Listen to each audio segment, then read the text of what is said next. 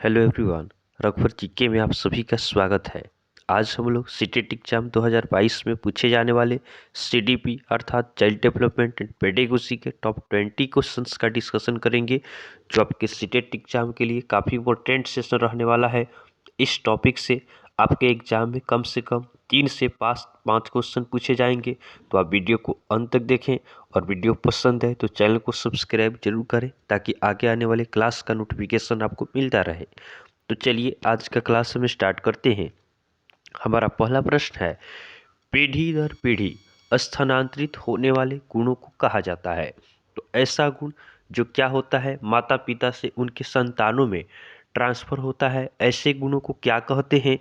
तो option A हमारा है सामाजिक गुण, ऑप्शन बी है आनुवंशिक गुण, ऑप्शन सी है व्यवहारिक गुण, या ऑप्शन डी है व्यक्तिक गुण। तो पीढ़ी दर पीढ़ी स्थानांतरित होने वाले गुणों को आनुवंशिक गुण कहा जाता है। तो ऑप्शन बी हमारा सही आंसर हो जाएगा। अगला प्रश्न है, एक बालक के शारीरिक गठन, रंग रूप, आकार, बुद्धि एवं व्यक्तित्व के निर्धारण में मुख्य भूमिका होती है। तो एक बालक के शरीर का गठन हो गया, उनका रंग रूप हो गया, आकार हो गया, बुद्धि हो गया, और उसके व्यक्तित्व के निर्धारण में मुख्य भूमिका किनकी होती है? तो ऑप्शन ए है वंशानुक्रम की, ऑप्शन बी है वातावरण की, ऑप्शन सी है ए और बी दोनों की, या ऑप्शन डी है संस्कृति की। तो इस प्रश्न का सही उत्तर होगा ऑप्शन ए वंशानुक्रम की। तो किसी भी बालक के शारीरिक गठन, उनका रंग रूप हो गया, आकार, बुद्धि, ये सभी उनका मुख्य रूप से वंशानुक्रम पर डिपेंड करता है। तो ऑप्शन ए हमारा सही आंसर है। नेक्स्ट क्वेश्चन को देखते हैं। अगला प्रश्न है, निम्नलिखित में से कौन से किसी बच्चे का आनुवंशिकता का प्रभाव है? तो इनमें से कौन सा आपका किसी बच्चे का आनुवंशिकता का प्रभाव है? तो एक नंबर हमारा है विशिष्ट शारीरिक लक्षण। तो शारीरिक लक्षण ये आपका आनुवंशिकता का प्रभाव होता है। 2 नंबर में है विशिष्ट बुद्धि। तो बुद्धि भी आपका आनुवंशिकता पे डिपेंड करता है। 3 नंबर है विशिष्ट चरित्र। तो बच्चे का उनका चरित्र भी उनके आनुवंशिकता पे डिपेंड करता है। ऑप्शन डी है इनमें से कोई नहीं। तो 1, 2 और 3 ये सभी है आपका आनुवंशिकता पे डिपेंड होते हैं। तो हमारा सही आंसर क्या हो जाएगा? ऑप्शन सी हमारा सही आंसर होगा कि 1 और 2, 3 ये सभी सही है। नेक्स्ट क्वेश्चन को देखते हैं। अगला प्रश्न है, बालक को जो मूल प्रवृत्तियाँ डैश से प्राप्त होती है, उनका विकास डैश में होता है। तो बालक को जो मूल प्रवृत्तियाँ उन्हें डैश से प्राप्त होती है, उनका विकास डैश में होता है। तो ऑप्शन ए हमारा है वातावरण या वंशानुक्रम। 2 नंबर में है वंशानुक्रम, वातावरण। तो ध्यान से देखेंगे तो बालक को जो मूल प्रवृत्तियाँ कहाँ से प्राप्त होती है? वंशानुक्रम से प्राप्त होती है। उनका विकास कहाँ होता है? तो उनका विकास आपका वातावरण में होता है। तो ऑप्शन बी हमारा सही आंसर हो जाएगा। नेक्स्ट क्वेश्चन को देखते हैं। अगला प्रश्न है, आनुवंशिकता तथा वातावरण परस्पर है। तो आनुवंशिकता और वातावरण ये किस प्रकार की है, यह हमें बताना है। तो ऑप्शन ए हमारा है निर्भर, ऑप्शन बी है पूरक, ऑप्शन 3 नंबर में है सहयोगी। तो कौन सा इसमें सही आंसर हो जाएगा? तो इसका सही आंसर हमारा होगा ऑप्शन डी। 1, 2 और 3 सभी सही है कि आनुवंशिकता तथा वातावरण ये परस्पर एक दूसरे पे निर्भर करते हैं, एक दूसरे के पूरक भी हैं और एक दूसरे का क्या करते हैं? सहयोगी हैं। नेक्स्ट क्वेश्चन को देखते हैं। अगला प्रश्न है, बच्चे के विकास में उसके परिवेश का जो प्रभाव उस पर पड़ता है उसे हम डैश कहते हैं। तो बच्चे के विकास में उनके परिवेश का जो प्रभाव पड़ता है उसे हम क्या कहते हैं, यह हमें बताना है। तो 1 नंबर में है पालन पोषण। तो बच्चे के विकास में उनके परिवेश का जो प्रभाव पड़ता है उसे पालन पोषण कहा जाता है। तो ऑप्शन ए हमारा सही आंसर है। अगला प्रश्न है, विकास की वर्तमान विचारधारा में निम्नलिखित में से किसका महत्व है? तो विकास की वर्तमान विचारधारा में इनमें से किसका महत्व सबसे ज़्यादा है? तो 1 नंबर है प्रकृति का, बी नंबर है पोषण का, सी नंबर है ए और बी दोनों, और ऑप्शन डी है इनमें से कोई नहीं। तो विकास की वर्तमान विचारधारा में आपका प्रकृति तथा पोषण इन दोनों का काफ़ी महत्व है। तो हमारा सही आंसर क्या हो जाएगा? ऑप्शन सी हमारा सही आंसर हो जाएगा कि ए और बी दोनों सही हैं। अगला प्रश्न है, आनुवंशिकता को डैश सामाजिकरण संरचना माना जाता है?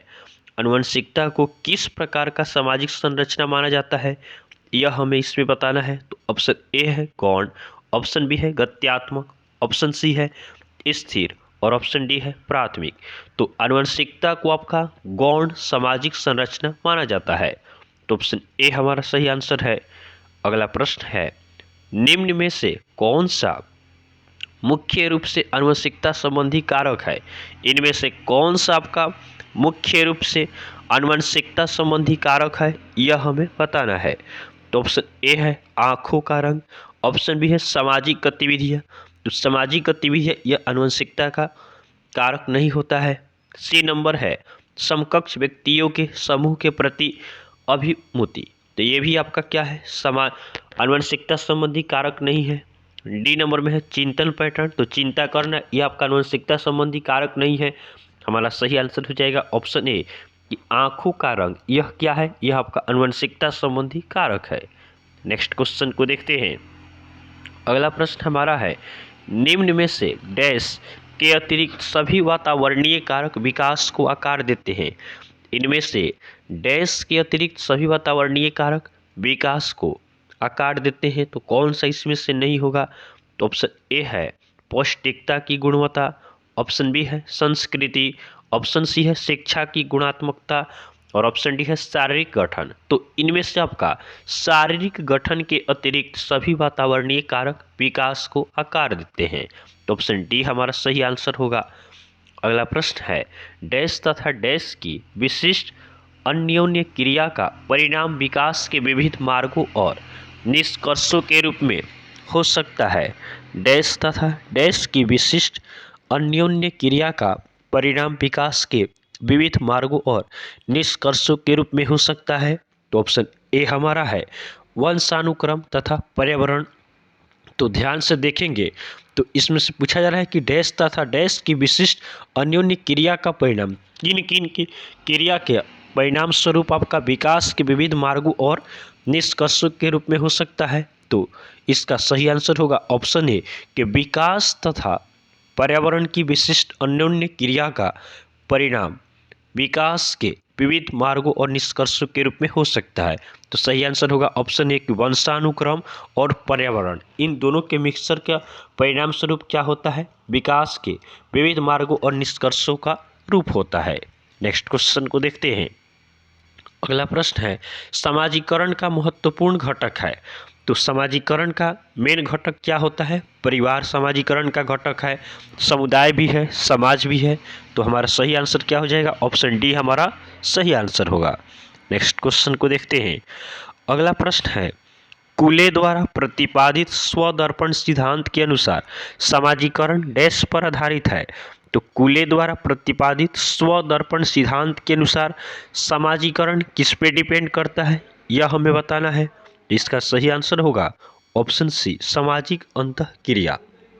तो कूले द्वारा प्रतिपादित स्वदर्पण सिद्धांत के अनुसार समाजीकरण आपका किस पे आधारित होता है? तो यह आपका सामाजिक अंतःक्रिया पे आधारित होता है। अगला प्रश्न है, समाजीकरण की प्रक्रिया में अनुकरण को उपयोगी तथा विकासात्मक बनाने के लिए आवश्यक तत्व है। समाजीकरण की प्रक्रिया में अनुकरण को उपयोगी तथा विकासात्मक बनाने के लिए आवश्यक तत्व कौन सा है, यह हमें बताना है। तो समाजीकरण की प्रक्रिया को अनुकरण तथा उपयोगी बनाने के लिए आपका आवश्यक तत्व हो जाएगा परिवार एवं पड़ोस। तो ऑप्शन ए हमारा सही उत्तर हो जाएगा। समाजीकरण क्या होता है? समाजीकरण हम सबसे पहले अपने परिवार में सीखते हैं, उसके बाद अपने पड़ोस में सीखते हैं, विद्यालय में सीखते हैं। तो समाजीकरण का मूलभूत आपका आकार होता है परिवार, उसके बाद पड़ोस होता है। तो ऑप्शन ए हमारा सही आंसर है। नेक्स्ट क्वेश्चन को देखते हैं।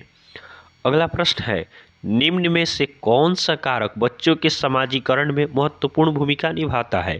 तो इनमें से कौन सा कारक बच्चों के समाजीकरण में महत्वपूर्ण भूमिका को निभाता है, यह हमें बताना है।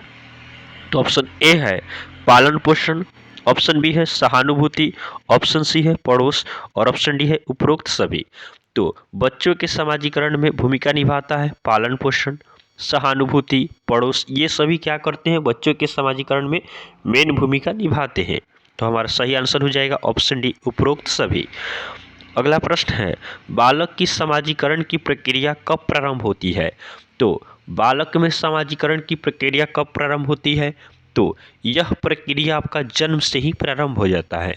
तो ऑप्शन बी हमारा सही आंसर है। नेक्स्ट क्वेश्चन को देखते हैं, समाजीकरण की किस अवस्था में बच्चों में जिज्ञासा की प्रवृत्ति उच्च पाई जाती है। तो समाजीकरण की वह कौन सा अवस्था है जिसमें बच्चे में क्या होता है, जिज्ञासा उनके अंदर काफ़ी ज़्यादा होता है। तो इस प्रश्न का सही उत्तर होगा ऑप्शन सी प्रारंभिक बाल्यावस्था। प्रारंभिक बाल्यावस्था वह अवस्था होता है जिसमें बच्चों के अंदर जिज्ञासा काफ़ी अधिक मात्रा में पाई जाती है। नेक्स्ट क्वेश्चन को देखते हैं। अगला प्रश्न है समाजीकरण की किस अवस्था में बालकों में समकक्ष मित्रों एवं समूहों के साथ समायोजन करने की प्रवृत्ति का विकास होता है। तो समाजीकरण का वह कौन सा अवस्था है जिसमें बालक क्या करते हैं, समकक्ष मित्र और अपने समूह के साथ समायोजन आसानी से कर पाते हैं। तो इसका सही आंसर होगा ऑप्शन बी किशोरावस्था। नेक्स्ट क्वेश्चन को देखते हैं। अगला प्रश्न है बच्चों के समाजीकरण में शिक्षक की भूमिका होती है। तो बच्चों के समाजीकरण में शिक्षक की क्या भूमिका होती है यह हमें बताना है। तो ऑप्शन ए है उनका बौद्धिक विकास करना, बी नंबर है उन्हें सांप्रदायिक शिक्षा प्रदान करना, 3 नंबर है उन्हें गृह कार्य देना और ऑप्शन डी है उनके आर्थिक प्रयोग में सहयोग करना। तो बच्चों के समाजीकरण में शिक्षक की भूमिका होती है कि शिक्षक क्या करे, उनका बौद्धिक विकास करे। तो ऑप्शन ए हमारा सही आंसर है। आज का हमारा लास्ट क्वेश्चन है कि निम्न में से क्या बच्चों के समाजीकरण में प्रमुख भूमिका निभाता है। इनमें से कौन सा आपका बच्चों के समाजीकरण में प्रमुख भूमिका निभाता है। ऑप्शन ए है खेलकूद, ऑप्शन बी है अच्छे कपड़े, ऑप्शन सी है बच्चे की सुंदरता, ऑप्शन डी है बच्चे की अच्छी पाठ्य पुस्तक।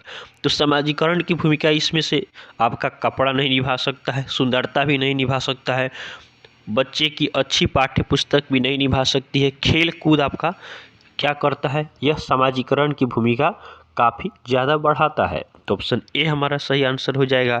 तो इस तरह हमने चाइल्ड डेवलपमेंट एंड पेडागोजी का टॉप 20 क्वेश्चंस डिस्कशन किया है जो आपके एग्जाम के लिए काफ़ी इंपॉर्टेंट है। तो आपको वीडियो पसंद आया हो तो आप वीडियो को लाइक करें, चैनल को सब्सक्राइब करें तथा अपने फ्रेंड के साथ जरूर शेयर करें। तो चलिए आज के लिए हम इतना ही रखते हैं, फिर नेक्स्ट वीडियो में आपसे मिलेंगे, तब तक के लिए धन्यवाद।